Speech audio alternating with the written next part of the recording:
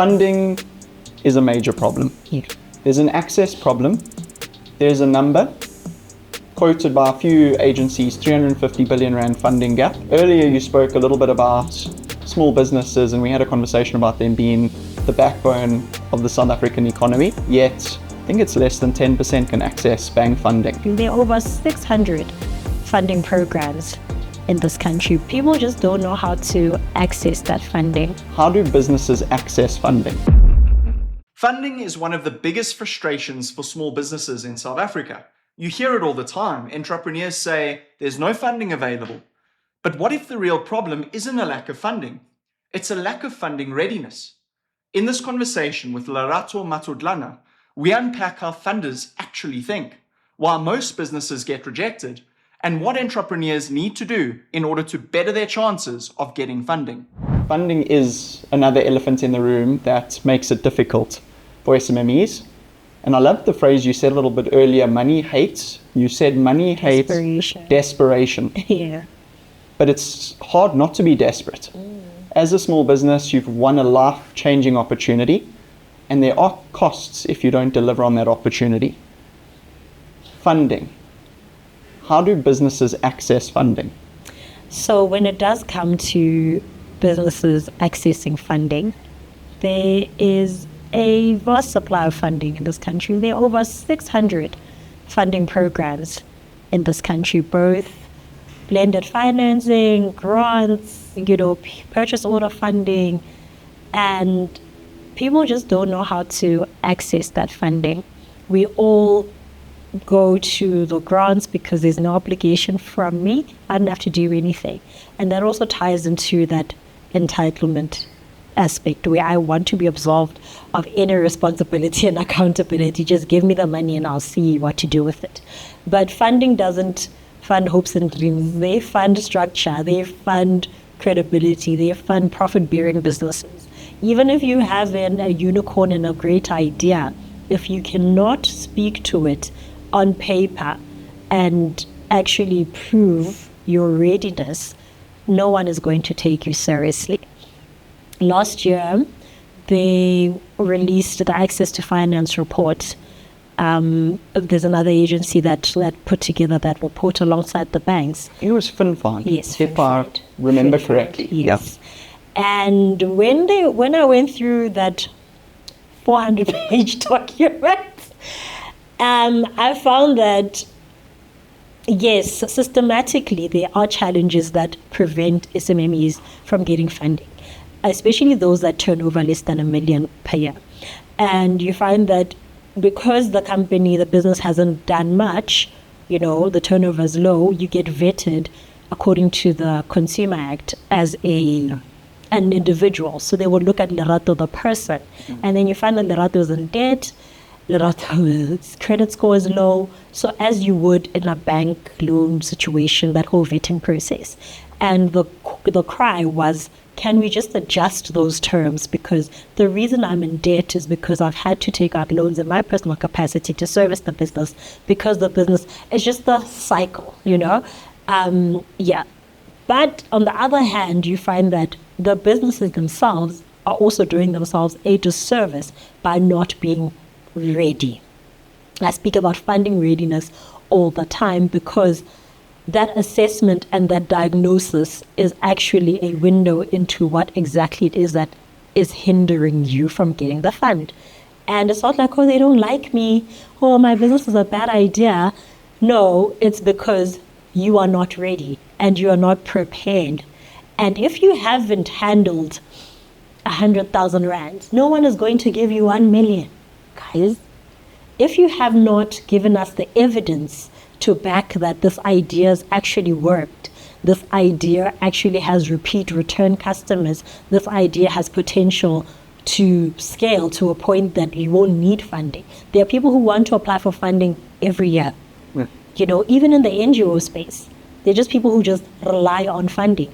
But why am I not thinking about how I can make my own money? Because like I said, the supply and the demand, the scales are not equal, right? So you're going to wait.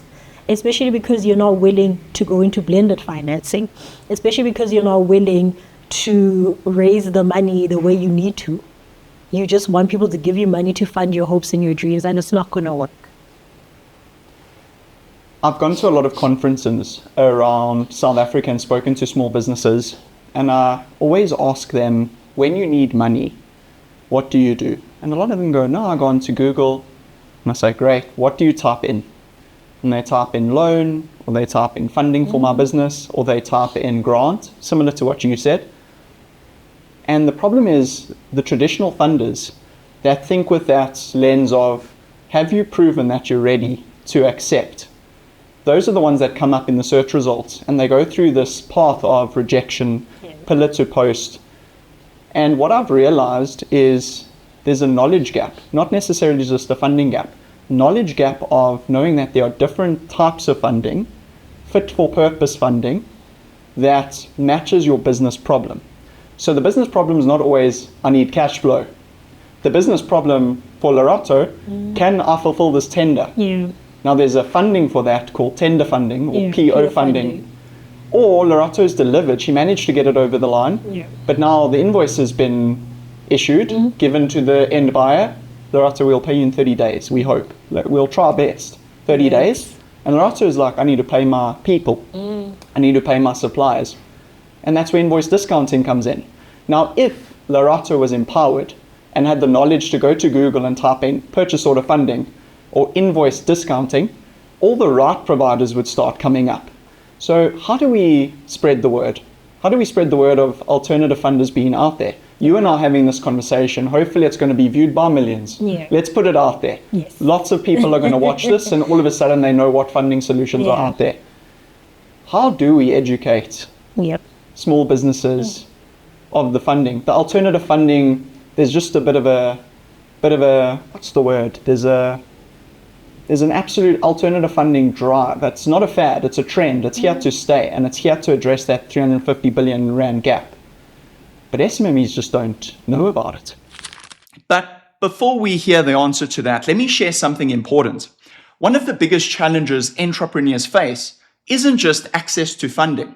It's understanding the type of funding they actually need. Most people search broadly: business funding, small business loan, funding for my company.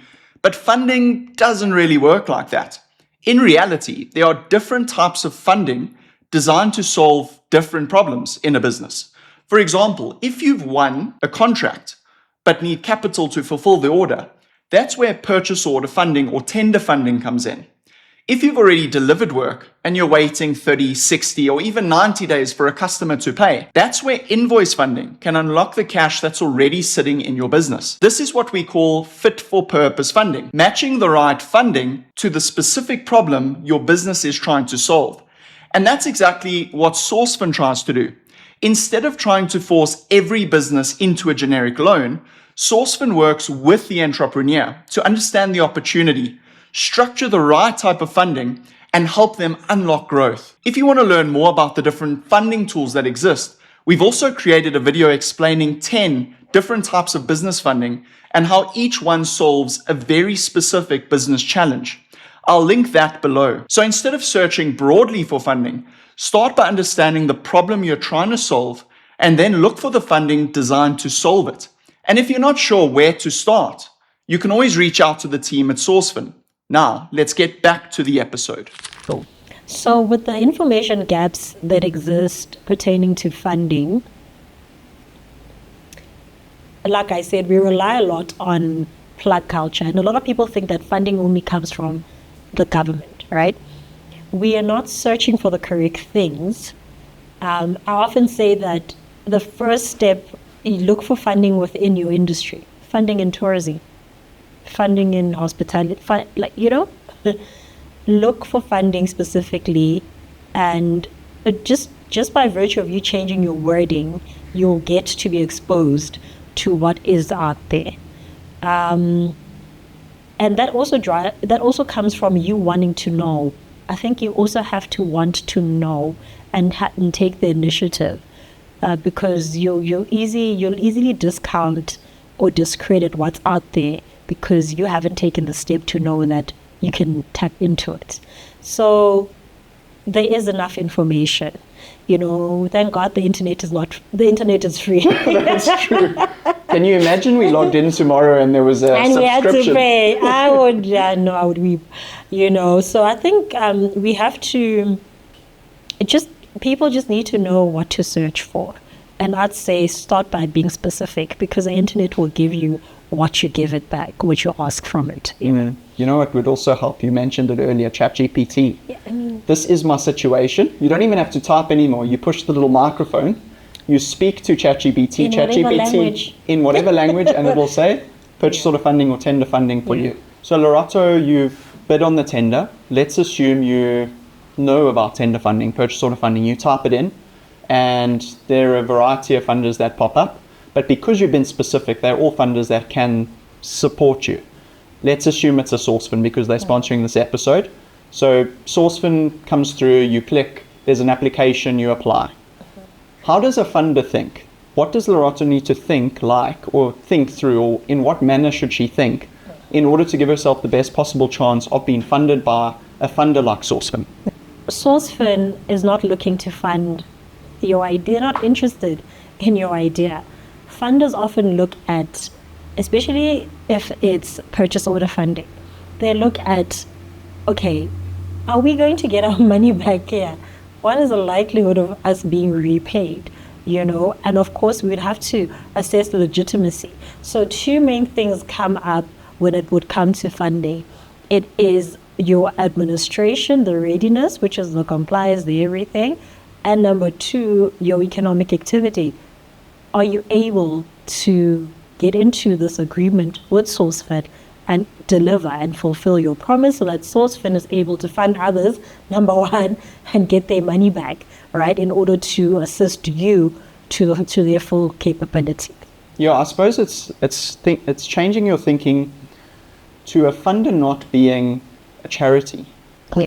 The funding is based on risk, and you're going to be charged on risk.